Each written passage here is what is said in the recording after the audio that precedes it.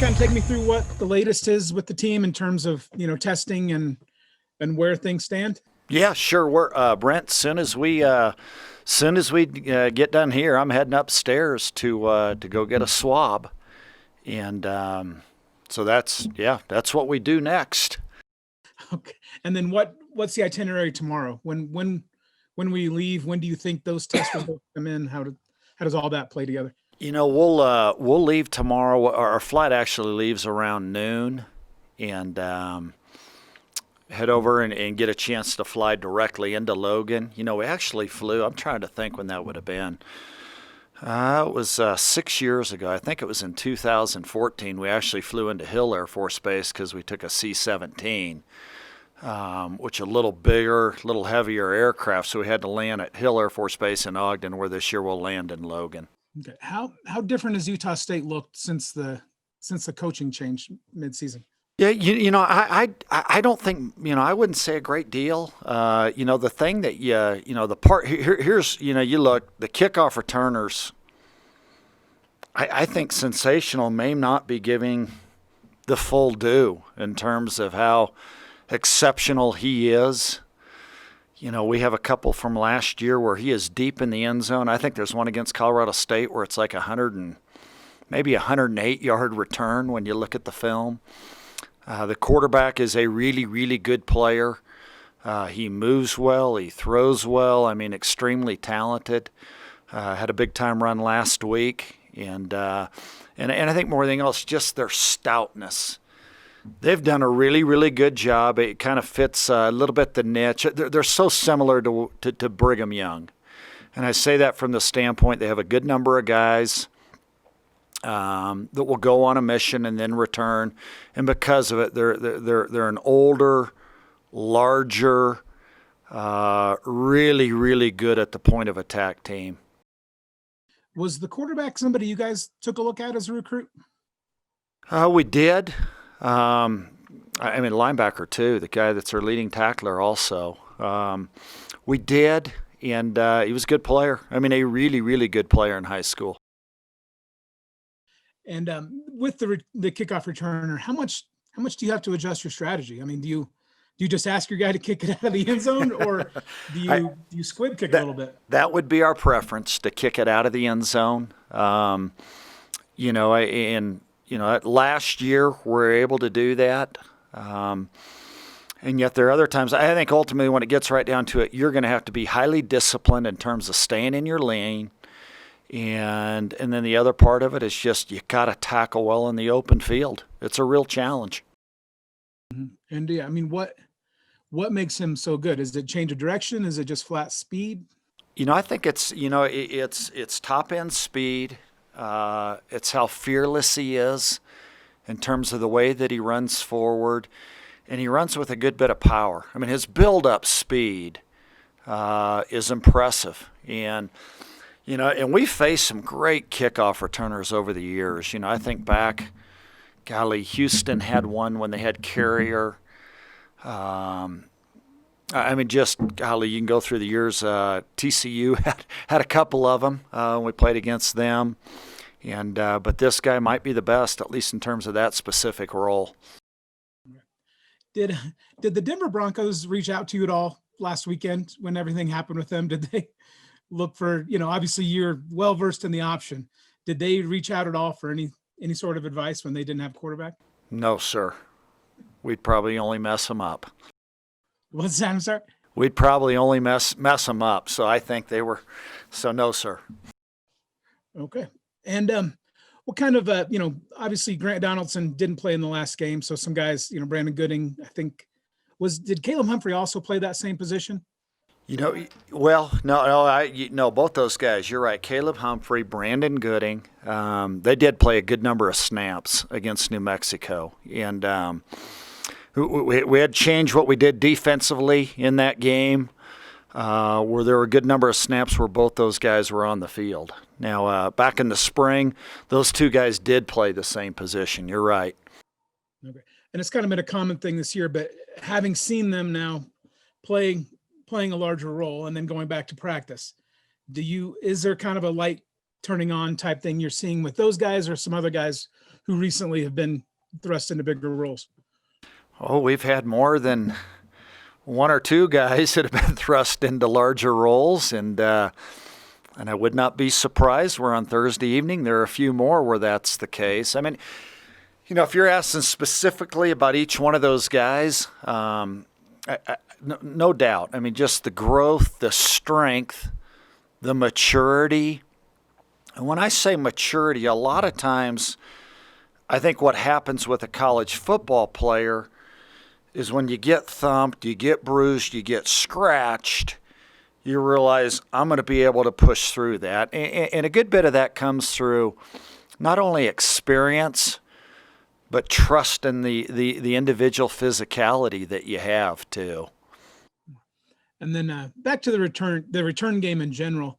Where did your philosophy come from? It seems a pretty conservative approach, where basically you fair catch most of the time on punts and kickoffs. How did you develop that approach? Well, we didn't when we were in Denver when we had Darrent Williams. He was pretty dynamic. We didn't when we had John Warzika. I can recall, I think it would have been in October 2010, had a good kickoff return here at home against Colorado State, and then he had one in 2009. Ironically, we were talking about Carrier earlier. I think Carrier, I want to say it was 24-6 at halftime. We come out in 2009 in the Armed Forces Bowl, and they're ranked 24th in the country. We kick it off. They return it.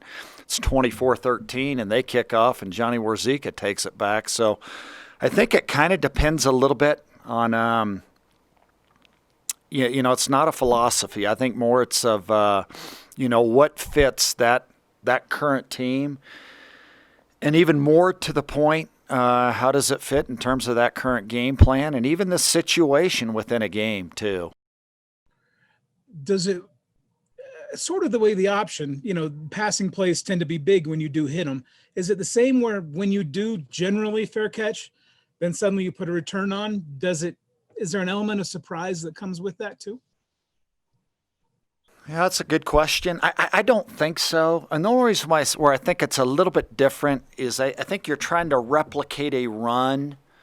I thought back in the days when we were in Denver with the Broncos, golly, our runs look so much like our play passes that we were able to create some gigantic chunks of yardage on a good number of those throws, whether they were naked boots, whether they were play passes, that it looked exactly like either a one-back or a two-back run. That's pretty similar to what we try to do between our runs and our play passes here. On the return part of it, I don't think so, just because I think of the way you train every single day is you're honed in on coverage lanes and the location of the returner. And if there are one or two indicators, which sometimes there are on a kickoff return, be it a counter return or a full sideline setup return, that I think guys are pretty glued in that way. So I think that is different. Okay. And then the flip side, when you're punting, is there something like, are you not even looking for a booming leg so much as someone who can get certain hang time and location to kind of keep the net where you want it? Yeah, great question. I mean, I think net has to be the driver. And now net's benefits from, when there's good distance, but I think that the time and air, big time matters. Hang time is vital. I think the other part of it, I think the college game is so much different than the NFL. When it comes to the punt return, I think by and large, if you looked at it, you'd see for the most part, quite a disparity in terms of the number of punt returns and even the yardage per return, just because of the rules in the NFL where only the two outside guys are able to go beyond the line of scrimmage prior to the ball being punted, where in college, everybody could go. And so I think that's why you see a completely different scheme oftentimes that's used in college. There's still a few teams that use the NFL punt, but a good number have gone to either a one or a two or a three-man shield, with the thought being now maybe you can get 3 or 4 guys instantly down the field in coverage. Okay. And then you used a freshman Bine as a punter against New Mexico, right? Was that was that a availability situation, or do you think he's got that spot moving forward? Well, it was good to get him involved. Good length. He's got a long lever, that in its own right, just in terms of leg. The thing is, if you can't have just, the catch radius for a punter, which I think matters. I know a snapper likes that. And he's only going to improve as he moves forward. Well, no matter who you're playing, but especially if it's a freshman punting against a returner like this, does that complicate things a little bit? Because somebody's still, he's still picking up the rush, worrying about catching the punt more so than, thinking the whole thing through where the punt's going to be going. I think if you're going to go with a guy, you're going to go with a guy. I think if I had to liken it to somebody that if you feel like shoots 3-pointers pretty well, then golly, catch and fire. I think to a degree, whether you're coming off a high screen or a back screen or whatever it may be. I mean, it's if you're playing second base, and you're turning a pair, whether it's from the third baseman or the shortstop, I mean, you got to be able to footwork around a bag. I mean, I just think a lot of that is pretty instinctive. I think it can be or it should be for a punter too. Okay. And then is the signing period still the same this year? Will you have the normal December? Yeah. And then yep. also February? Yes, sir. Yep. As of right now. I mean, like a good number of things that could change by the minute or the hour, but I think, the plan is for there to be a letter of intent signing day, which would be in 2 weeks. 2 weeks from tomorrow, I believe, on December 16th. And do you feel like that's kind of gone? I've seen a lot of commitments, online for you guys. I mean, obviously it's a different world for you, but everybody else too. Like, is it kind of a wash in terms of how it's impacted you and everybody else? Or do you feel like not getting guys at the academy has been a pretty big detriment?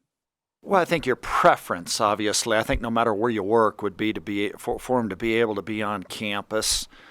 I think one of the positives here of being able to bring a young person to campus is the people part of it. I think sometimes from afar the perception is that if you go to the academy or you're super rigid, if you never once said anything with a little bit of humor, and we all want the human element. I think especially when it comes to the United States Air Force Academy and the quality of the people here. That includes our faculty, certainly our coaches, and knowing even more so, getting a good feel for who you're going to have as your friends, as your teammates. And what is that specific date? Is that the 15th, right before the Army game, or is that the? I think I'm pretty sure. I don't have. I think it's Wednesday, December 16th. Okay. Will that be complicated? I mean, usually you don't have a game the week of something like that. I mean, is there ever any last minute closing you guys are trying to do on a Tuesday night before signing day that would maybe be complicated? I think it makes for a good story. I'm not so sure at the Air Force Academy. If you're talking about somebody making a little longer haul commitment, it's a little more methodical. Not that you don't have feelings or, and the other part, if you're not ready to make a decision, that's where the other date comes into play. It's not like it's solely a 5-inning baseball game. If you want to go all the way to 9 innings, you're able to. Is that always kind of going through your head that everything could be the last one because things could just end at any time? Yeah, and it's kind of like a scary feeling, because we really just don't know what's going to be happening next. We're very hopeful that we're going to be able to play these last 2 games and possibly a bowl game. But who knows? Who knows at this point? So you guys are testing today, right? So you'll get those results back in the morning. Is that how it generally works? Mm-hmm. Yeah, it's normally about 24 to 48 hours. Okay. Is there any part of you is it harder to prepare, fully invest yourself when there's a chance that tomorrow morning you'll find out this game isn't even happening? No. I mean, I love the game of football. That's like, it's been my entire life. I love the game. And so I'm going to go, prepare like it is my last game, but, I'm also going to be, ready to play more, I guess. I want to like continue to play like the rest of the season. What did the team end up doing on Thanksgiving when you didn't have the game? Yeah, so they brought in a Thanksgiving meal for us here at the hotel. Some of the coaches came in and brought like some of their leftovers, and we just had like a Thanksgiving within the team pretty much. It kind of sucked because we were expecting to play that day, but we still like made the most of our situation there. Then what? I mean, are you guys able to eat together as a team, or do you have to kind of take it back to your room? We try and stay apart as a team. You're kind of just trying to stay with your roommate because we're trying to limit the amount of contact we have and limiting guys. If somebody does pop positive, you don't want to lose 8 guys from a contact trace because of it. So, we're all around. We're all in the same area, but we're kind of trying to stick together with just our roommates and make sure that we're being responsible that way so we can have everybody possible for our game. Hey, I'm curious. When you tested positive and you have a roommate, how did that whole scenario play out? Yeah, so he ended up getting contact traced for 14 days. The coaches try and set it up to where, we're not, we're rooming with, offense and defensive players so that we're not losing like 2 defensive guys for a whole 2 weeks. It's 1-1. I mean, the situation is it sucks either way because you're losing 2 guys no matter what. But yeah, he was contact trace and he was in quarantine for 14 days. He did not test positive though. Thankfully, he's out now. Good. And then on the flip side for you, because I'm currently going through it myself, I tested positive last week. So it's like,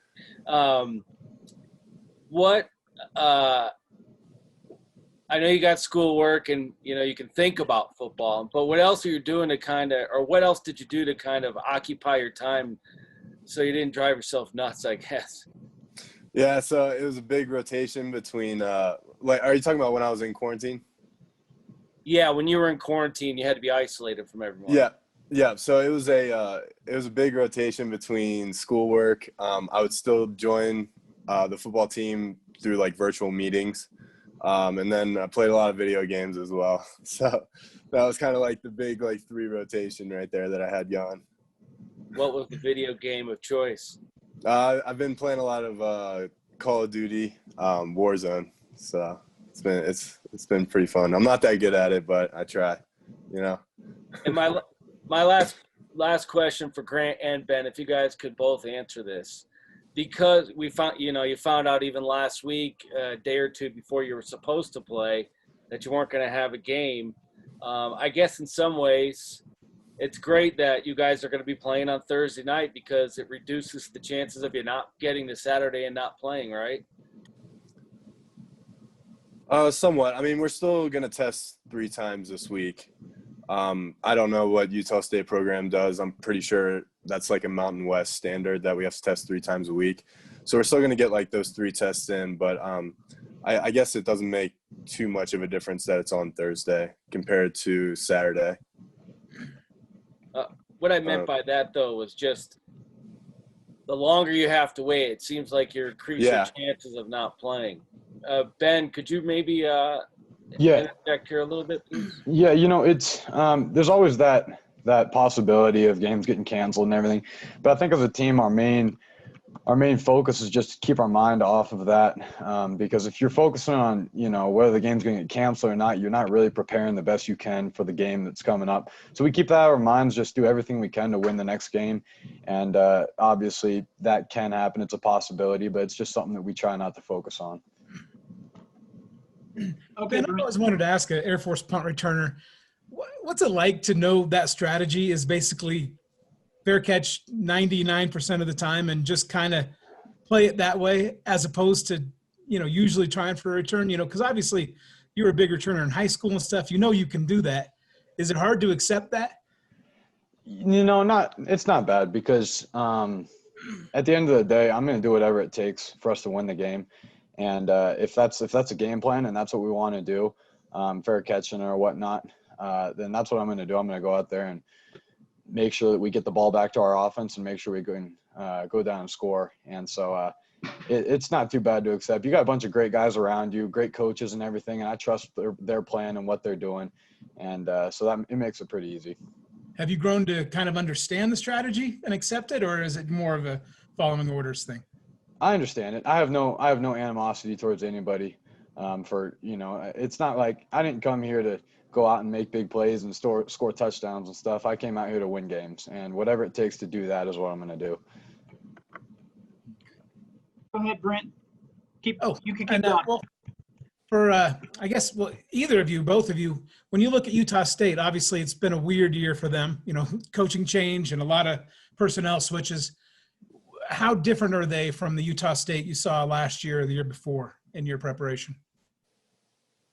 As far as on their defensive side of the ball, it's just like you do every week. You go in and you watch. There's going to be little changes based on what they're doing from year to year. But at the end of the day, it's going to be, we only see a certain amount of different fronts that we're going to play against. And we're going to go out and we're going to do our stuff, and we're going to execute and play physical. And if we do that, we're not too worried about what they're changing up. We should be able to win the game if we do our stuff right. Yeah, I think Ben said that pretty good. Defensive-wise, they got a couple of good running backs, a nice an elusive quarterback. So, we've definitely game planned for them. But like Ben said, we stick with our plan. We're going to play hard, play fast, and, we're just going to go out there and try and win the game.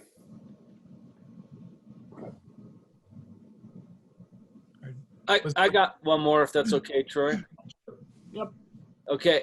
If you guys could both answer this. A lot of times us dumb reporters ask questions like your thoughts during the game when clearly you're focusing on just what your task at hand, your job, so to speak. But is there ever a time in the first couple of games where when you were on the sidelines, that you kind of thought to yourself, God, I'm so glad I'm able to play considering everything that's happened this year? Yeah, I think that there's definitely some of that because, we were told at a certain point early on in the year that we weren't going to play any football this year. And so especially as seniors, that's a tough thing to hear, that your career, the last game you played your junior year was going to be the last football you ever play. And so I think there's definitely some appreciation when you're out there. And it's not like we're sitting there just thinking about, man, I love being out here. But there is a little bit of appreciation when you're out on that field and reveling in the fact that you're getting an opportunity to play what you love to do. And I think that's true, every year is, and I always thank God for the opportunity that he's put me out here and given me the opportunity to go play college football, which is what my dream has always been. And you got to have a little bit of appreciation for that, for sure. Especially when you win too. That the Navy game, the first game of the season, it made me really think, kind of about how like my career is kind of wrapping up, and it made me really appreciate the game of football, and just how much this sport has got, like where the sport has gotten me to, and like what it's turned me into. And I am very like thankful that I've been given this opportunity to play, especially this year as well with everything going on. And guys, what's the schedule now? Like, are finals next week? So do you have like a lot of projects like you're saying due now, or kind of what's going on the Hill? Yeah. So I'm a management major. So a lot of like their finals are projects. We don't really have like the actual final test. And so that's basically all of my finals are due this week. So I've had a couple late nights already this week. It's only Wednesday? Yeah. And but yeah, after this week I'll be finished, but finals do start the week after that. That's something though. It's kind of, as Air Force football players, we deal with that all the time. It's never going to be, perfect. You're always going to have schoolwork and stuff. There's a lot of different things you got to focus on. And that's something I think, especially it's me and Grant, who are seniors now, who have been in the program for 3 years. You kind of learn how to deal with it, and you got to deal with time management. And when it's time to play football, it's time to play football. You put school away, and you go out there and you do what you got to do to win. And what kind of relief was there for you guys, especially seniors, to get the Army game back on the schedule officially? Yeah, that's huge. I mean, we want to play the game. We want to play as much football as we can play, but especially that one is a big one for us. And it doesn't matter when we got to do it. We just want to play it. And it'll be kind of cool, I think, coming in as our last, possibly our last game, maybe not, to go out there and play for the Commander-in-Chief trophy. Yeah, the Commander-in-Chief trophy, that's like the big prize. That's what we're all after. So we're definitely excited to get the game back on to the schedule. And it's been it's been a good time. And then this year's obviously been so valuable to get guys playing time. Like just in the time you've been back, Grant, have you noticed with Brandon Gooding, now that he's had a start and a real game, you see a difference from him in practice? And is that something you've seen a lot this year as guys are eyes kind of opening now that they see what's going on? Yeah, definitely. I mean, with the contact tracing and a lot of people going into quarantine and isolation, a lot of people have been, given their shots and opportunities like a next man up. And they've definitely, it's kind of like boosted them up to where they're like, I'm in this, like I'm ready to go. And just kind of like we've been like incorporating them in, keeping them up, keeping like the spirits up and everything. Even, if we don't know if we're going to play the next game or something like that, we're still have like our spirits up. We're just coming off a big win off of New Mexico. So we're excited for it.